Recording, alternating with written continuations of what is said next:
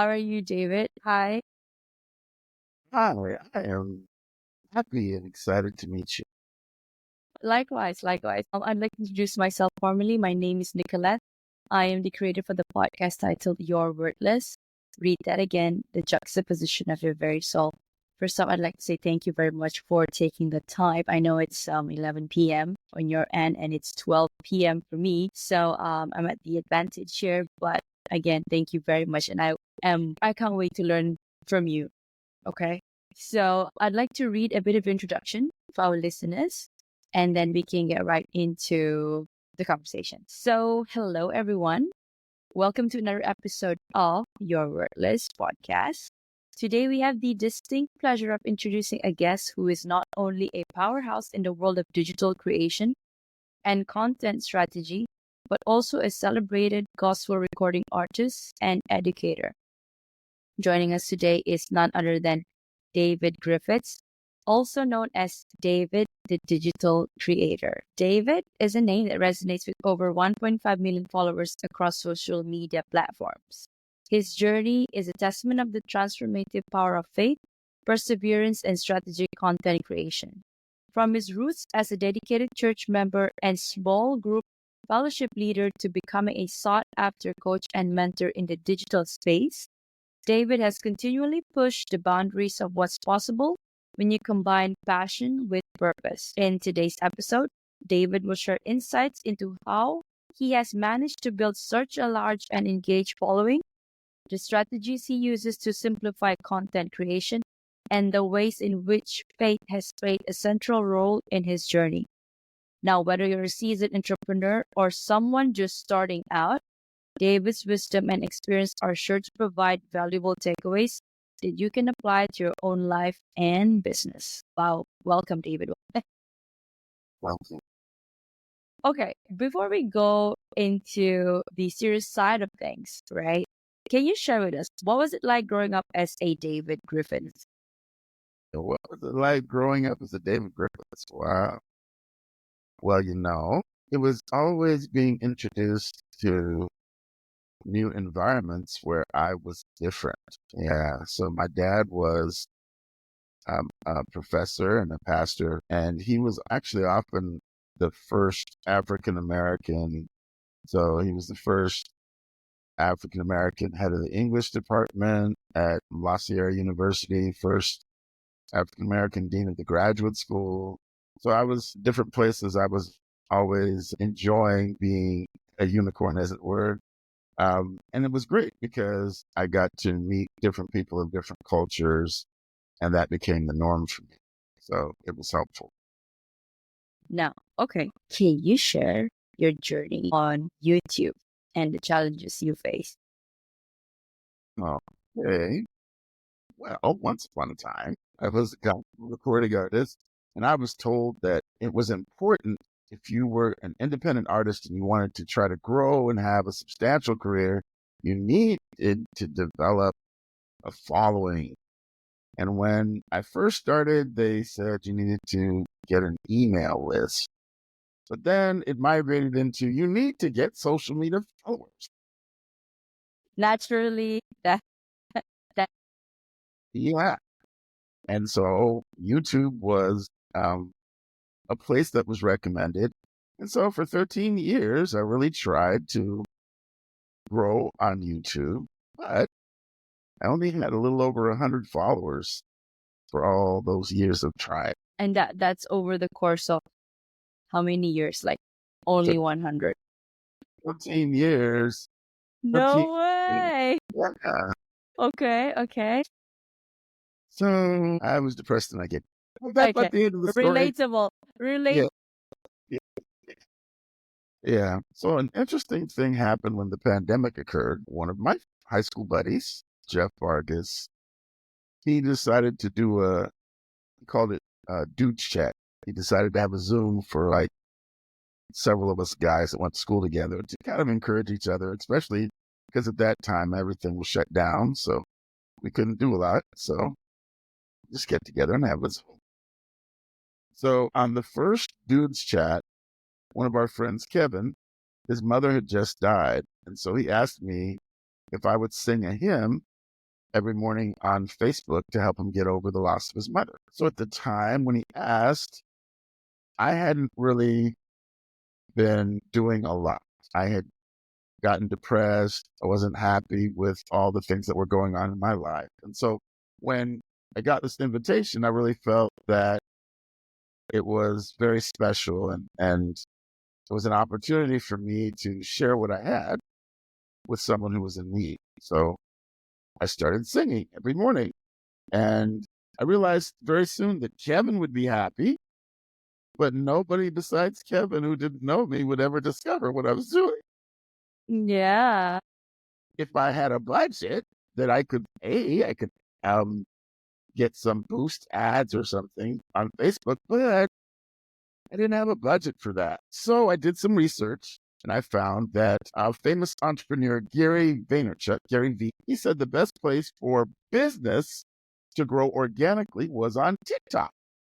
Mhm. But TikTok for business? I mean, I had thought that was for girls that danced, right? So, but, no, but, uh, but apparently I was mistaken. And so I got myself a coach. I laser beam focused on just that one platform. And I figured, okay, I'm going to get rid of the distractions. I'm going to do one thing until I can do it well. Let me figure this out. And since I don't know what I'm doing, obviously, if I spent 13 years on YouTube and I only had 100 followers, I don't know what I'm doing. So I got a coach who knew what he was doing. He suggested that you get several different areas that you're interested in and you make content in those different areas and you allow your audience to teach you what they want from you. So on TikTok, I sang, not convinced that people really wanted to hear me sing. Oh, wow. That's my next question. I'd like you to sing a little bit for the listeners. I'm like, oh, yeah, I don't want to get kicked out of my hotel. So I found after doing several different things, the first video that I had that went viral, I took my phone. I was at Chick-fil-A, Chick-fil-A. first Chick-fil-A. So I was at the drive-thru and there were a whole bunch of people, really long line. So I videotaped a little bit and then I turned the camera on me and said, "What's so special about Chick-fil-A?" And so it was a short video, but for some reason it resonated with people.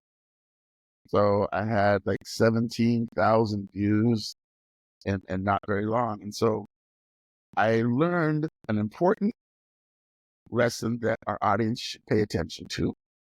It was easier to go viral with a short video than with a long video. So the algorithm is paying attention to how long people watch your video. So I had something that was relatable to the average person. I guess we all eat. And so and I think at the time, many people were curious, yeah, what is so special about Chick-fil-A? And so there was a lot in our culture of discussion. And so it worked because it was a very short video. Then I was just getting someone to pay attention to something for 7 seconds or so. And so that wasn't that hard. It's harder to get people to pay attention for longer. And the algorithm, seeing that people watched the whole thing, said, oh, let's send it out to more people and more people.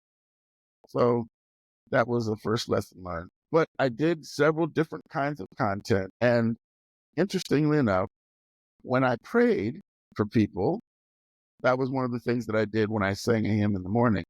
I would also give an inspirational thought and then I prayed. People really responded to that. And I thought that was odd. I didn't think that anybody would want someone to pray with them when in fact, a lot of people really did. And then the first video that I had that went really viral was when I would take my phone and I would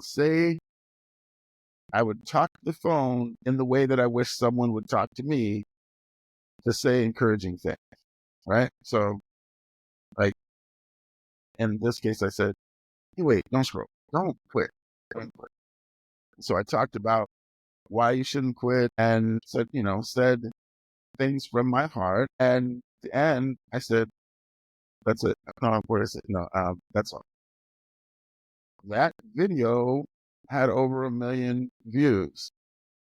So I learned from that people value authenticity as well as relatability. And so if I learn to make content for what I really needed, like me a few months ago or me a few years ago, then I could find my sweet spot as far as the audience that I can make content for. And so I've been doing that ever since. So, wow, I am just one question alone. I'm already picking up so many key takeaways. So, number one is that you have to be speaking as if you're speaking one on one to that person. If they were to scroll your content, and then what were you doing wrong before that you were not doing then? Like, were you just showcasing yourself, or how is that like different? Because I too am just this podcasting is just over a little over a year for me, so I also had some help from some people to boost presence. Still, I'm learning as we go, as we speak. So what is the main core difference that you did? Hi, I'm Nick Nieras, your host of the Your Wordless podcast. Now, if this real raw stories hit home, don't wait. Please follow, like, and subscribe my Spotify and YouTube. For bite-sized inspirational reels, follow me on Instagram, TikTok, and LinkedIn. Don't wait. Your transformation starts today. Thank you, and bye for now. Well, I'm sure you are a charming individual. I'm sure that as people are exposed to you, they will gladly enjoy your content. Thank you very much. I think what I learned was that you have to make content. You have to make content for your avatar. Seems simple, but let me explain a common problem we have. So most people that are on Facebook that I went to school with, either in high school or college, they're posting pictures of their trips. They're posting pictures of their kids. Their kids are getting married now. Some of them have grandkids. So we're enjoying this experience because we already have a relationship with those people. However, if we're trying to create content that is going to affect a larger group of people, then it has to be relatable to a particular pain point problem. So when I show pictures of my sweet daughter, if it's a picture of her and I doing something together and there's emotion attached, then that's relatable, especially if I do a good job of setting it up. And that can be moving for masses. But if I'm just showing, oh, she had choir rehearsal, I'm just so proud of her for having choir rehearsal. And no one cares except for me and Mm-hmm. my family. So what we have to do is we have to stop creating content as if we're doing show and tell, unless it aligns with our purpose. And our purpose is to create value for the person or the persons we wish to serve. So if we're creating value for someone, they would like to know, like, and trust us in order to accept more value from us. But it needs to be about them. What is it that they need? What are the problems that they need solved? What keeps them up at night? What's stressing them out? It should be about really helping them with their big problem. Wow. Thank you. You're welcome. I love that. I love that. The question that you said, what keeps you up at night, that's actually one of my flagship questions that I ask all of my guests. Yeah, you hit the nail in the head right there. Okay, David. So I'm sure over the course of 13 years, you must have thought to yourself, this is it. I don't think I'm going to make it.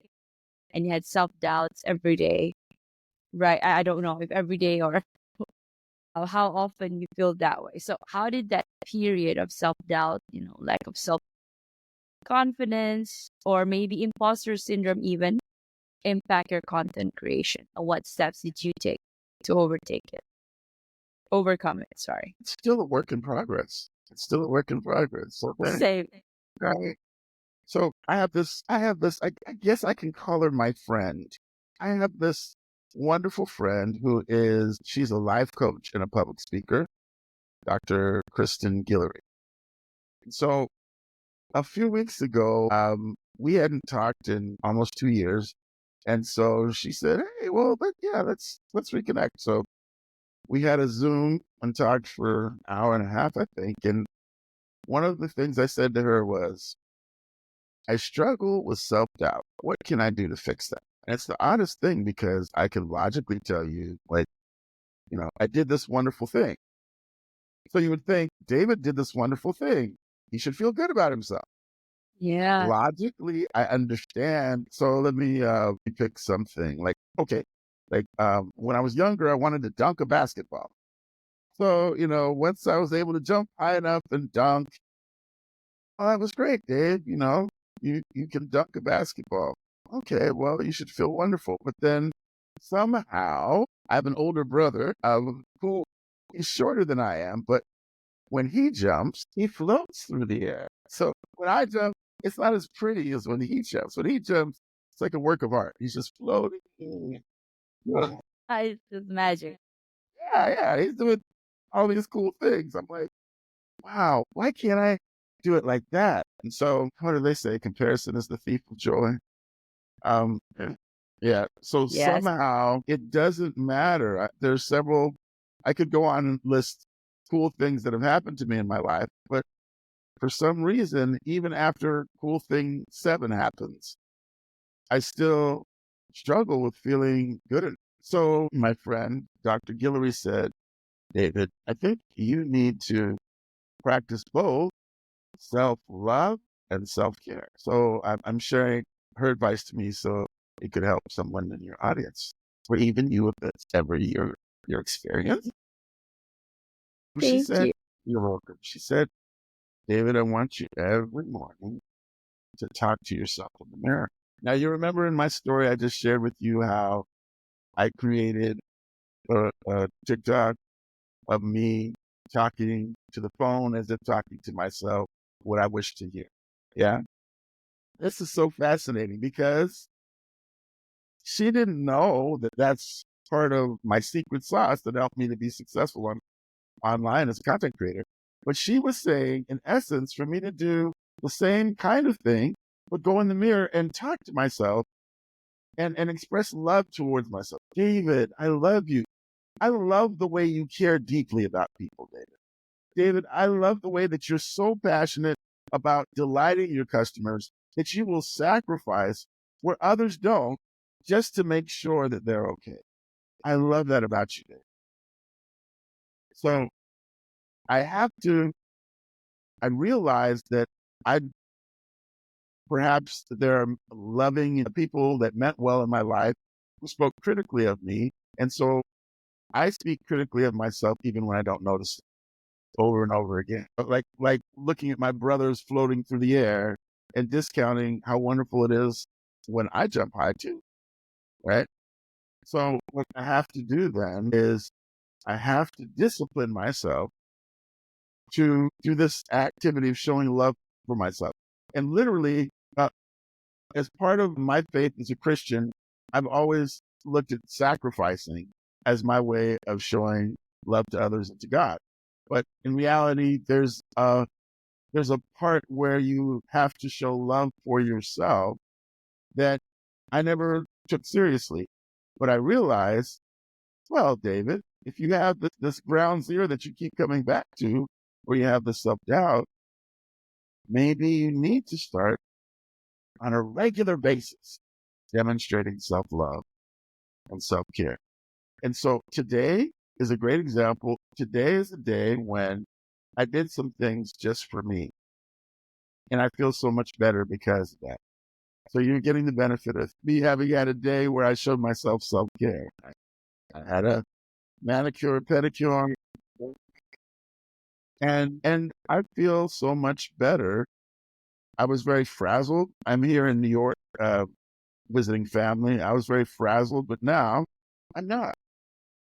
I feel much better. And so I would encourage anyone who struggles with imposter syndrome, struggles with self-doubt, to learn to practice self-love and self-care. Talk to yourself lovingly in the mirror. Remind yourself you're fearfully and wonderfully made. Remind yourself of the things that you love about yourself, because sometimes you have to encourage yourself. There may not be anyone else to do it. And how important is a coach? I mean, yeah, coach is important, but also just that's a very, very key point, self-love, because I too struggled with that a couple of years back, and still it's a work in progress. And I had a friend come talk to me. He was not, we only knew each other for a short 3 months, I think. And then he said, Nick, you need to love yourself more. And at the time, I couldn't understand what self-love means. I thought, taking myself to the hair salon or getting massages, pedicure is a form of self-love. But truly, it's actually much deeper than that. It's looking within, right? And now you said you also approach a life coach for some guidance. So how important is it? How did that shape you in your journey?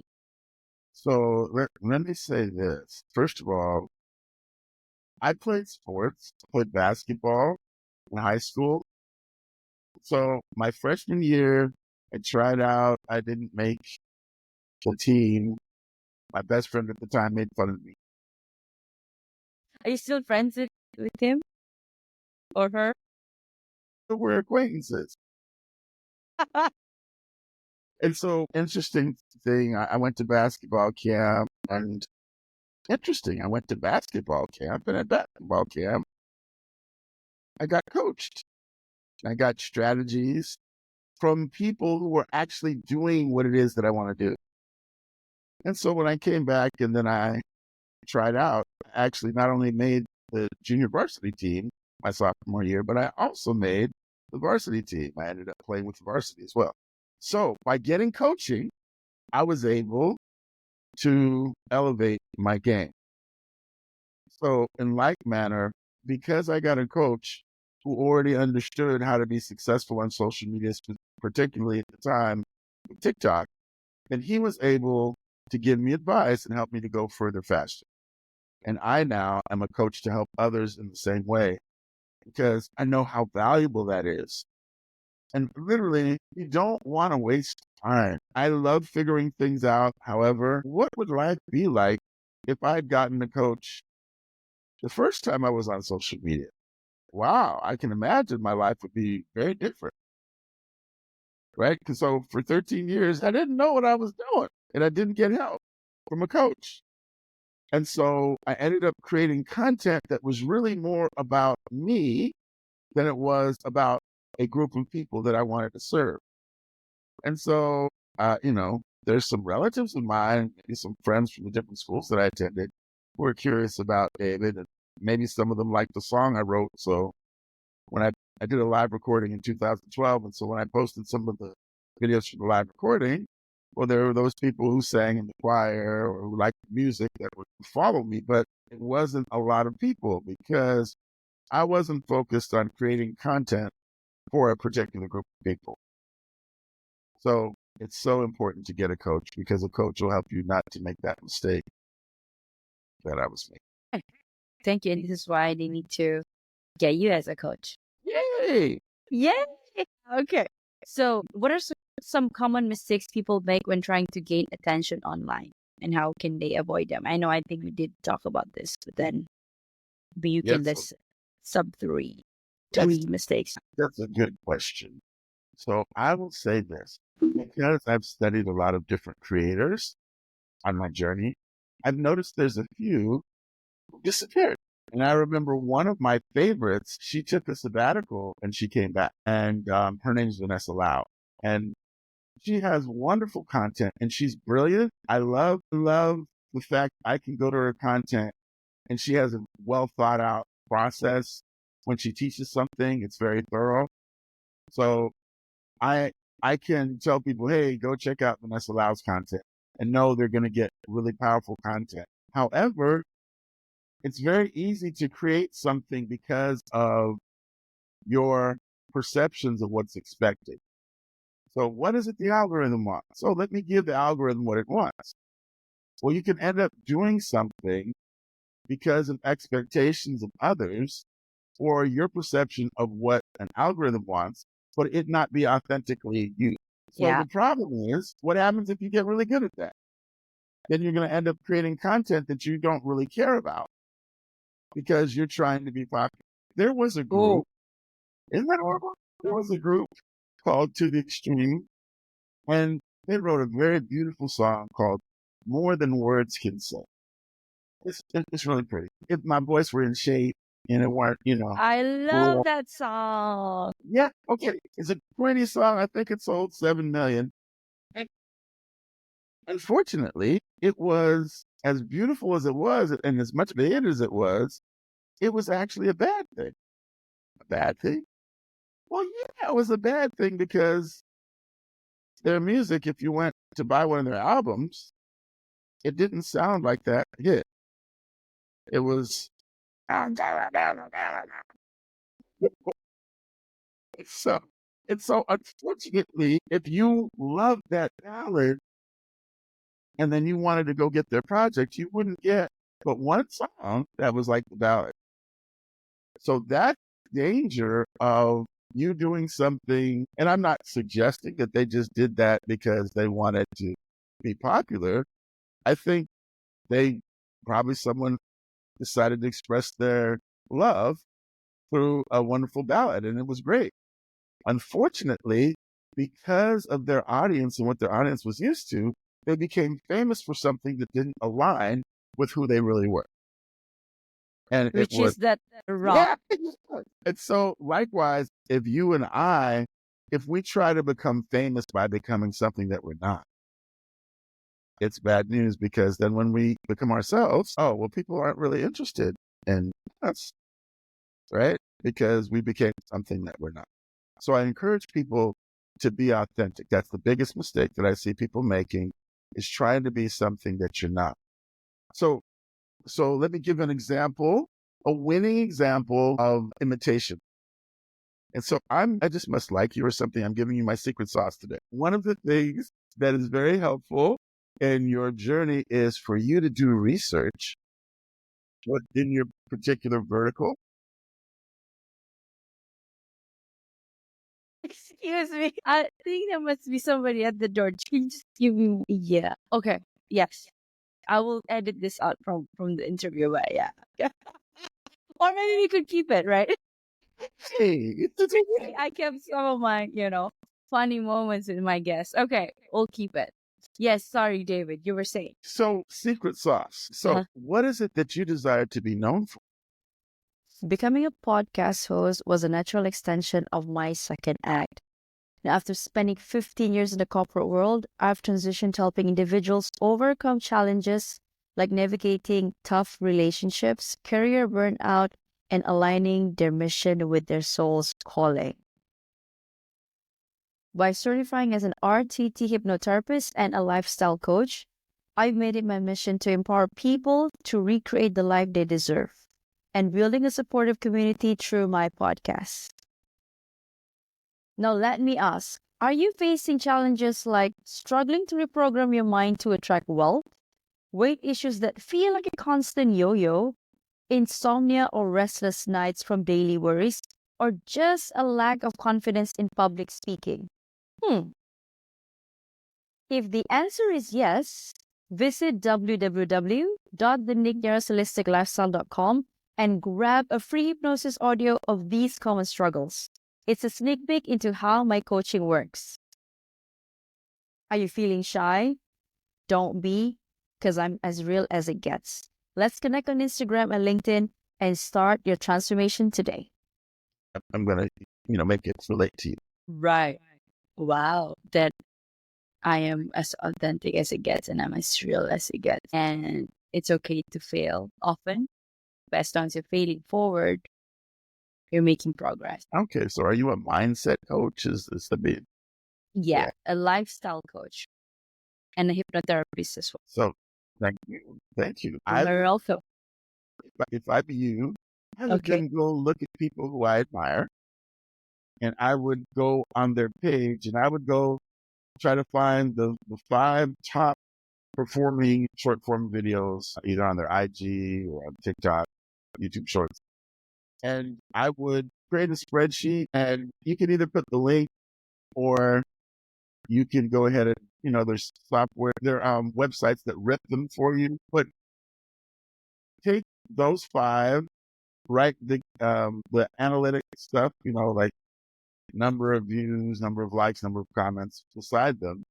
And then what you're going to do is you're going to start analyzing them to go, okay, well, let's make a theory. Why did this do so well?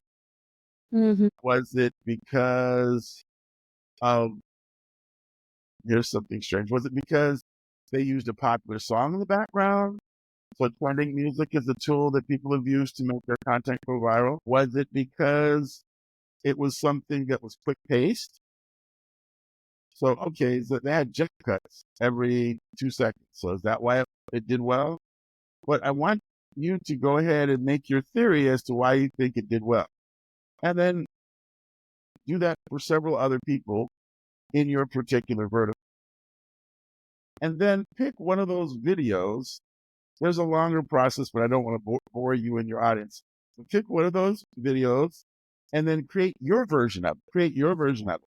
What do I mean? Well, if at the beginning it had 2 seconds where there was a question, can you tell me this? If that was what happened at the beginning, then you do the same thing with your particular question. And so Right. let's say the second scene was B-roll of the subject walking to the store. Right. Create B-roll of you walking to the store. You create the same kind of video that they made, but you use your message, but you use the frame that you see them successfully use. What happens is the algorithm will go, we recognize this frame and it's very effective. Let's send this out to more people. And so you get the benefit of using a frame that's already been successful. But because I encouraged you not to do exactly what they did, but to do your version of it, then it's still going to be authentic to you.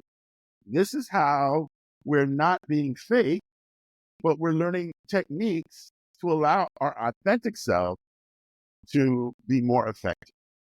Does that make sense? Oh, wow. That should be people who are enrolled in your program, right? And you just let us in on your secret. Thank you. You're very welcome. Okay, so I would be creating content such as now I don't you mentioned B-roll, that's the placing of camera on a certain angle and then you walk in and then you edit it, right? So do you edit all by yourself, like your content, or do you have a team to help you out with them? Okay. Well, my answer to that is I started out doing everything myself. And then I learned that I should use who, not how. There are a series of books written by Dr. Benjamin Hardy and Dan Sullivan. I don't know if you've ever read any of their books, but one of them is called The Gap in the Gain. Another is X is easier than 2X. And then the third, I believe, is Who Not. So, Who Not How. These are great books. You should read them or you should get a summary of them because they're very helpful to you on your entrepreneur journey. Who Not How is suggesting that instead of figuring out how to do something, you're better served at finding someone who's better at it than you are. It's their thing, right? And then Mm. figuring out a way, maybe it's barter, or maybe you pay for it. Maybe you find someone who's trying to get testimonials, and so they're willing to do some work for free. But get someone else who does the thing that you need to do it, so it can be done at the highest level. Who, not how. What happens is, even the most bright individuals of us, if you keep diluting and you keep learning more and more stuff, then it's hard for you to become excellent at anything because you're just spread really broad. And so you're trying to master 50 things. But if you just focus in and make a priority, 80% of the time I'm doing this thing that I'm great at, then you become greater at the thing that you're great at. So I would encourage everyone, it's not that expensive. It may seem like it's expensive, but it's possible for you to get editors for not very much money. And maybe you're just having them help you on one video a week initially, but eventually you'll be able to get more and more help. And what that does is it helps you to elevate your game. So there are some things that you can learn how to do, but long term, that's what I would suggest.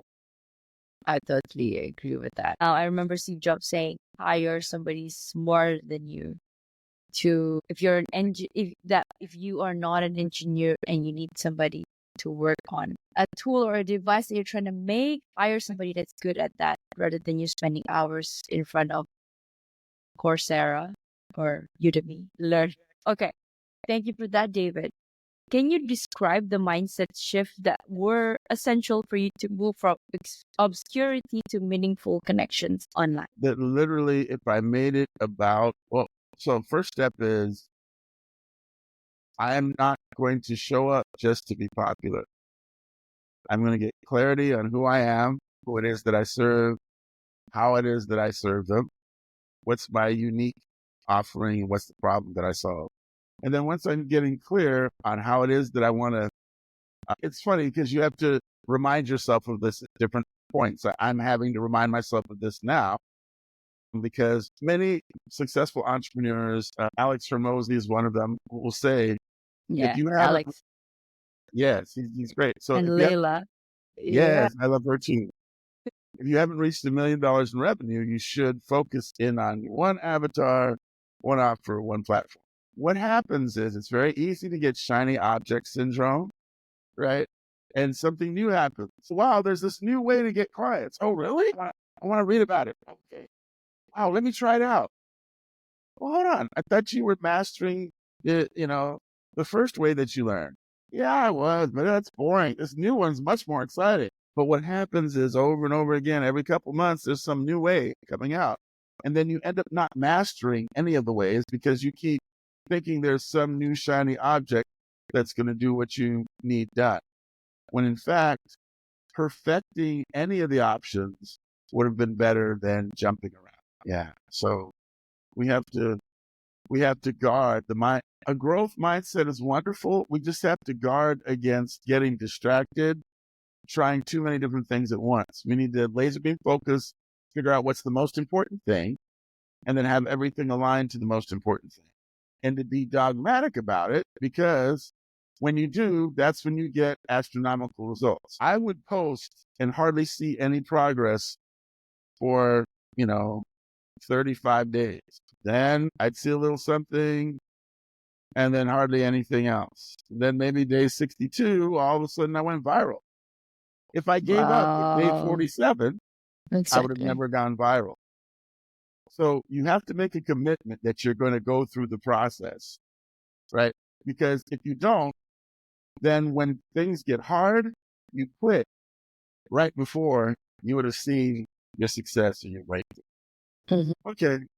Patience and resilience, because there's no shortcut to success. You can't take the elevator, you have to take the stairs. I mean, those words ring true, but still, time and time again, no matter how AI is being, I don't know, technological advancement is saying, okay, you can do this faster, but there is no shortcut. You just have to double down on what you believe in, what your focus is, and just cut out all the noises. And it's so easy to get overwhelmed or be drowned by the tsunami of information, right? Because everything is just bombarded towards us every single time. Everybody is trying to get our attention. The moment we scroll, what's this? So it is up to us to cultivate that mindset and be very clear on that. Thank you, David. Okay, what are you working on currently? Currently have relaunched Content Creating Academy. Ooh, And okay. I'm excited about that because I learned so much from the first time I launched a group coaching program. What I learned, one of the main things I learned was people say, David, you have over 1 million followers. Wow, this is cool. I want to have over 1 million followers too. But they don't really want to do what it The takes. work. Yeah, they don't. And so what would be better is to go, well, what is your actual goal? So there's a coach that I admire. And I remember when I first discovered her, I said, wow, she has great content, but she didn't have that many followers. But I thought, like, the kind of content she had, I was like, nah, if she isn't big already, she's on her way to being big. Like, she's major. Like, what she's saying is really quality.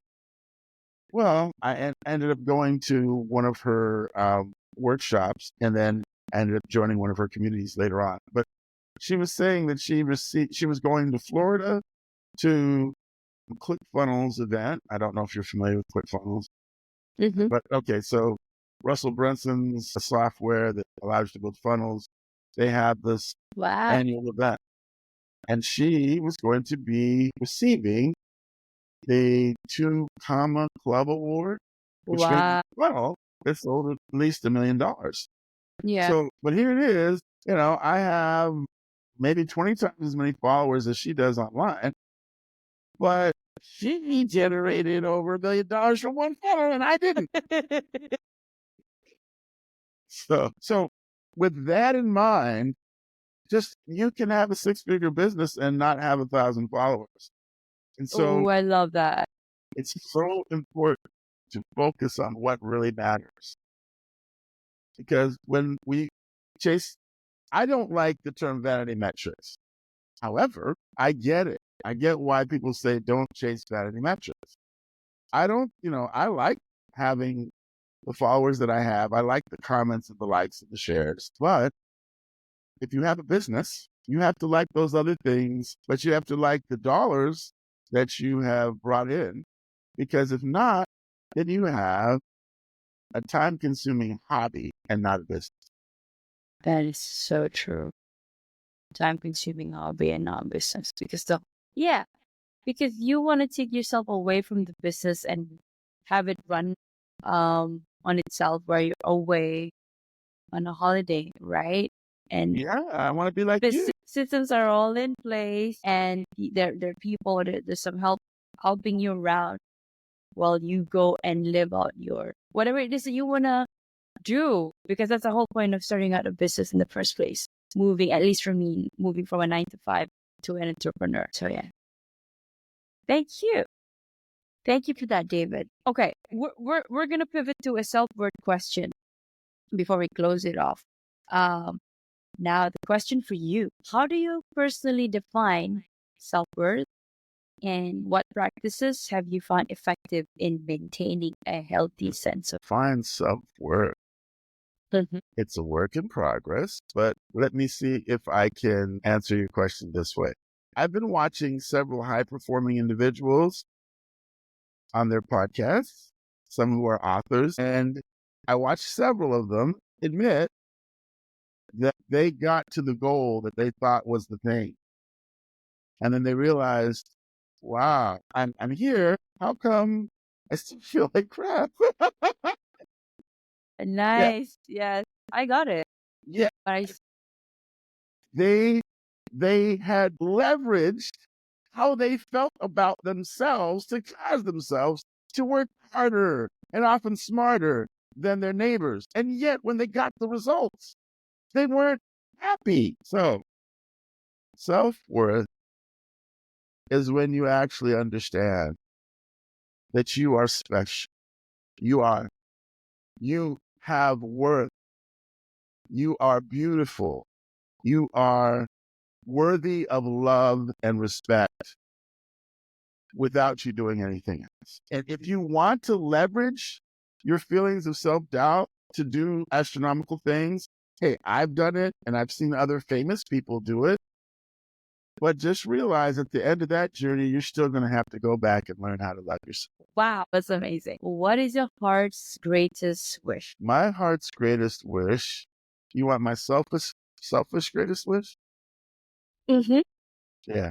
My greatest wish is that I have an opportunity uninhibited by my self-doubt to share the message of self-love and self-care with people around the world.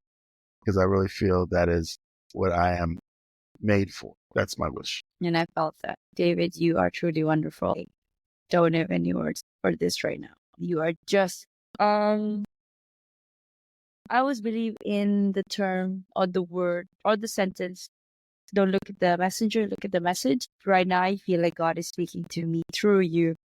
So thank you. Very well. If you could create a quote right now for you to leave to the audience listening and the world as your legacy, what would it be? In your darkest moment, you will find the light when you stop looking at yourself to make someone else's day bright. Thank you. How can people reach out to you? If you have a question, you can email me. I'm David at contentcreatingacademy.com. David at contentcreatingacademy.com. Is there anything else that you want to leave the audience with? I'm grateful for this time that we shared together. I'm grateful for you sharing your platform with me. And I would be so excited to know that anyone in your audience took the time to take action on any one thing that we talked about today. Because it's wonderful entertainment if you don't, but it's life-changing. Wow, where are you based, David? Because I was in New York and I was in LA this September. So and I plan to return. So while I'm away, like while I'm here in Malaysia, I am actually coming up with a retreat, and I'm gathering some of my podcast guests, to come and speak with me for an event. Details are still being thought out, but I would love to know where you are, because I feel there's I found like a soul tribe, a soul. Yeah. Right now, I'm in New York, but I live in Maryland, at about 20 minutes from Washington, D.C.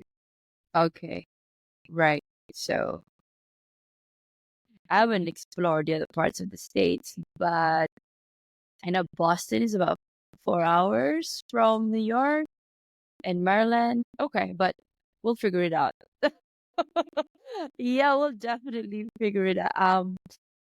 Yeah, I would love to talk about the details with you. Okay, maybe we can do that offline. And for our listeners, there you have it. You've heard an inspiring journey and incredible wisdom from David Griffiths. Thank you for sharing the work you're doing to the world to uplift others and make a lasting impact. Despite the challenges, David, you're paving the way for others, and your dedication is a true testament to resilience and purpose. This has been another thought-provoking episode of You're Worthless. Read that again, the juxtaposition of your very soul. If you've ever felt worthless, know this, you're not alone. But here's the deeper truth. If you were truly worthless, why would your soul choose to be here in this exact moment, in this lifetime? Your soul traveled from the infinite, not just to exist, but to matter. And for that reason alone, you are worthy. And with that, I'd like to thank David Griffiths for joining us today, and to all of you for listening. Until next time, I am Nick Niaras, your host. Keep shining, keep growing, and remember, you are worthy and you are enough. See you in the next episode. Thank you so much, David, for your time. You're welcome.